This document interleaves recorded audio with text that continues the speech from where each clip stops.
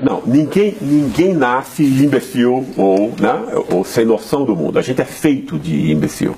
Não é isso? Existem forças que têm interesse nisso, ou seja, existem forças econômicas, no nosso caso, que têm interesse na distorção sistemática da nossa realidade. É exatamente o que acontece com a nossa mídia. Quer dizer, a nossa mídia, ela é a pior mídia do mundo. Né? Quer dizer, ela não tem nenhuma pluralidade, não há divergência de opiniões, né? E é uma mídia que é, digamos assim, ela é a boca do capital financeiro. Normalmente as pessoas acham que a manipulação midiática é sempre política, ou seja, tem a ver com o Estado, etc. Mas essa manipulação, e existe no nosso caso, ela pode estar centrada no mercado. Né? O que mostra como as forças de mercado são invisibilizadas entre nós. Né? E a nossa mídia é uma espécie de boca da fração financeira do capital entre nós hoje em dia. Né? Então ela distorce, quer dizer, enquanto a fração financeira organiza o assalto da população como um todo, via juro, via dívida pública, via isenções fiscais de bancos e de empresas, que é a real corrupção, né? Que é 1 bilhão de vezes maior do que a merreca que a Lava Jato disse ter recuperado aos cofres públicos, o que é uma demonstração, né, da farsa que isso significa, né? Quer dizer, dessa corrupção ligada apenas ao Estado e à política, porque é uma forma de você fragilizar, criminalizar a política, porque o sistema político foi montado assim, desse modo, para que o mercado pudesse comprá-lo. Essa é a história. Né? Então o sistema político inteiro tem que ser refeito. Essa é a discussão que nunca se põe na nossa mídia. Né? A mídia sempre fulaniza a corrupção, né, para continuar ganhando com ela. Né? Ou seja, então o esquema real de poder entre nós não está no Estado, nunca esteve. Né? A elite do Estado, ela é no fundo a lacaia do mercado, né, como os nossos políticos são, quer dizer, você compra 400 deputados, como os bancos e as grandes empresas fazem, então você legitima, né, quer dizer, a corrupção do mercado. E a mídia faz o seu papel de distorcer, de fraudar, de mentir, né, quer dizer, o que está acontecendo para o público. A nossa dominação social, econômica e política está resumida nisso. A noção que nós temos hoje do que é o Brasil, do que é o brasileiro, tem uma data. Isso foi construído, isso não existia desde sempre. Né? Não existia sequer a ideia de Brasil. Né? E até 1920, ou 30 do século passado, não havia uma noção de que o Brasil montava uma unidade. Você tinha o Rio Grande do Sul como uma unidade importante, São Paulo com outra, Pernambuco com outra, mas não havia uma ideia de Brasil. Né? Quem vai construir essa ideia é Gilberto Freire, em 1933. Né? Eu não quero entrar nisso, que é um tema muito, enfim, muito acadêmico, né?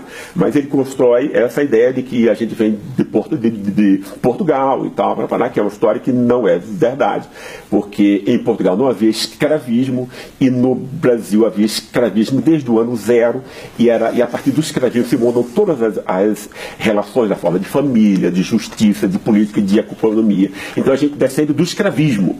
Obviamente, de um modo óbvio, né? Os seres humanos são construídos por instituições, né? Quer dizer, não por um sangue, DNA que se transmite de avô ou pai e tal. Então, não vem de Portugal, né? Mas o que é mais interessante é que a elite econômica de São Paulo, quando ela perde o poder político em 1930 para Getúlio Vargas, quer dizer, que era um representante de elites subordinadas, apoiado pela classe média, ou seja, Getúlio chega ao poder em 1930 no bojo do primeiro grande movimento de classe média entre nós, que é o tenentismo, que começa em 1922. Né? Ele começa no exército, mas ele se espraia pelas grandes cidades. Né? E é um movimento que ele aponta tanto para a esquerda, quanto para a direita, quanto para o centro, como sempre foram os movimentos de classe média no século XX, ou quando a classe média era uma pequena burguesia no século XIX, idem, apontar para todos os lados. Né?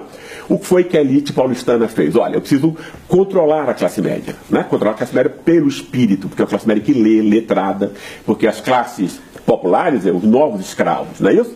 E a classe trabalhadora, essa elite manda descer o pau, manda assassinar, etc. Né? Uma elite sanguinária, né? Quer dizer, até hoje, né?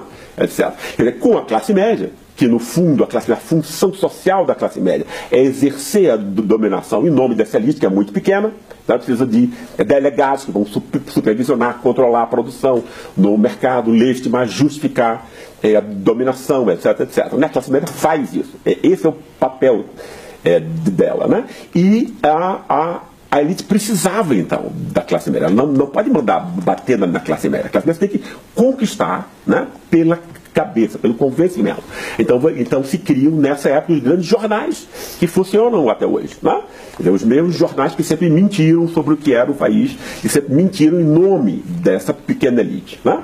Agora, como os jornais apenas distribuem notícias, os jornais não que criam ideias, né? Não é isso? Você tinha que criar também uma instituição que produzisse ideias. Foi a partir disso que essa mesma elite de São Paulo, que não é nem pior nem melhor do que nenhuma outra elite, apenas a mais forte, a mais importante, né? Ela vai construir o quê? A USP, e na USP, obviamente, na USP tem várias coisas que foram importantes, etc., pessoas que não seguiram essa linha e tudo, mas a USP foi montada para ser um think tank gigantesco do liberalismo conservador brasileiro. E ela exerceu esse papel à perfeição. Né? Então, os grandes conceitos que vão esclarecer o Brasil para a classe média desde 100 anos até agora, desde 1930 até agora, são os mesmos, né? Baseados nessa mentira de que a gente vem de Portugal, herda de Portugal uma corrupção que é absurda em termos, porque você recua essa corrupção até o século XIV, que é uma ideia louca, não é isso? Porque não existia corrupção no sentido moderno no século XIV. A noção de bem público moderna é uma noção que vai começar a ser aplicada no século XVIII, ou seja, séculos depois, o que mostra a confusão e a fragilidade, a mentira desse tipo de ideias. Né? A outra mentira, né, é de que nós somos marcados por um Estado patrimonial, né, e de uma elite má que está só no Estado. Veja que coisa boa para quem tem dinheiro. Né? Entende? Quer dizer, então, o roubo, o mal, etc., a corrupção não acontece no mercado. O mercado é o reino das virtudes, do empreendedorismo, da honestidade, trabalho duro, etc. Né? Então, o que foi que essa classe econômica fez? Ela criminalizou, estigmatizou a política, como é a elite má, que vampiriza o país, não é isso? E toda vez, então, que o sufrágio universal, inadvertidamente, ponha no Estado, que essa elite precisa para capturar, para roubar, para assaltar a população, né? Vamos ser honestos aqui, não é isso? Né? Essa elite pode acionar sua mídia, né, que faz parte dela, não é isso? Que é comprada por ela, etc., para jogar o tema, para jogar seletivamente o tema já pronto da corrupção apenas do Estado, né? Porque a partir da USP isso foi ensinado para todas as universidades. A USP é a universidade mais importante, a de maior prestígio, forma professores das outras universidades, né? E depois foi construído também essa ideia de uma história que vem desde Portugal, que é ensinada para todo brasileiro que chega à escola com 5 anos, é ensinada essa mentira, essa fraude. Isso é uma fraude enorme, né? Em nome de um interesse econômico, né? E depois o que a imprensa faz é distribuir em pílulas envenenadas todos os dias essa mentira do patrimonialismo e do populismo. São esses dois conceitos montados na USP e, digamos assim, espalhados para a população como um todo. O que resume isso é dizer o quê? Para que essa elite, que é uma elite do atraso, uma elite do saque, uma elite da rapina, né? Quer dizer, que é incomparável, não consigo imaginar uma elite pior no mundo inteiro, sem nenhum projeto nacional, etc., né? O que ela fez foi o quê? Ela colonizou a cabeça da classe média e de resto da população como um todo para meter a mão no bolso, no nosso bolso. Né? Quer dizer, o resumo da obra é esse.